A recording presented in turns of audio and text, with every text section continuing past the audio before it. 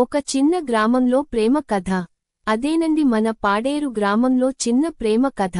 ఆ చిన్న గ్రామం పచ్చని పొలాలతో, ఎత్తైన నారింజ, మామిడి తోటలతో ఎంతో అందంగా ఉండేది. అక్కడ నివసించే అందమైన అమ్మాయి పేరు రాధ. ఆమె కళ్లలో వెన్నెల మెరుపులు, నవ్వు తేనె తీపి. ఆమె దయగల మనసు గ్రామంలోని అందరికీ ఎంతో ప్రీతికరంగా ఉండేది.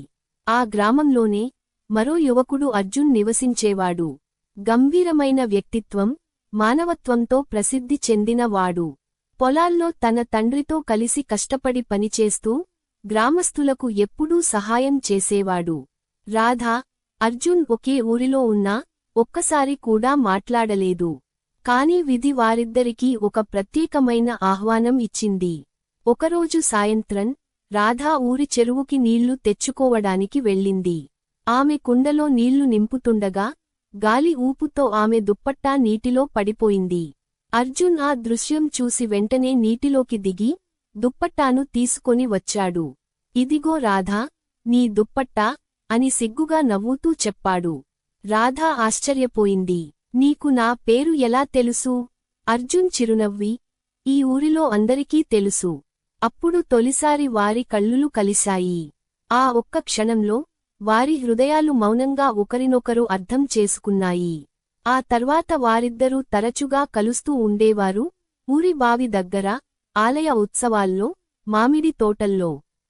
ప్రతి కలయికతో వారి బంధం మరింత బలపడింది. ఒకరోజు సాయంత్రం, బంగారు కాంతి ఒలికే పొలాల్లో నడుస్తూ, రాధా ప్రశ్నించింది, నువ్వు విధిని నమ్ముతావా? అర్జున్ నవ్వి, ఇక్కడ గాలి, చెట్లు, నక్షత్రాలు అన్నీ కలిసి మన ప్రేమ కథను రాశాయి అన్నాడు. రాధ ఎర్రబడిపోయింది. ఆమె మనసులో ఆనందం వెల్లివిరిసింది. కాని ప్రతి ప్రేమకథలో ఒక పరీక్ష ఉంటుంది. రాధ తండ్రి సంప్రదాయవాది. అతను ఇప్పటికే ఆమె వివాహం ఓ ధనిక భూస్వామి కుమారుడితో నిశ్చయించాడు.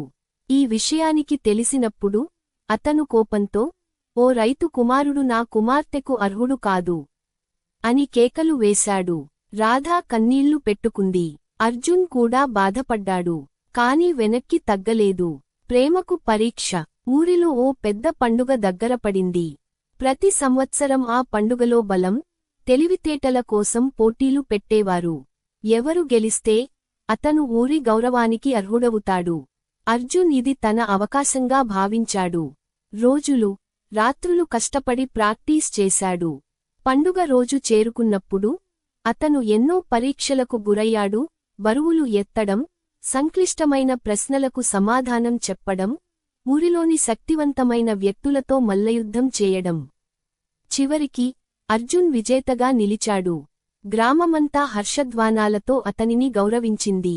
రాధా తండ్రి కూడా ఆశ్చర్యపోయాడు. నిజమే, అర్జున్, నిన్ను నేను తక్కువ అంచనా వేశాను. నీ ధనికతలో కాదు, నీ మనస్సులో గొప్పతనం ఉంది అని అన్నాడు.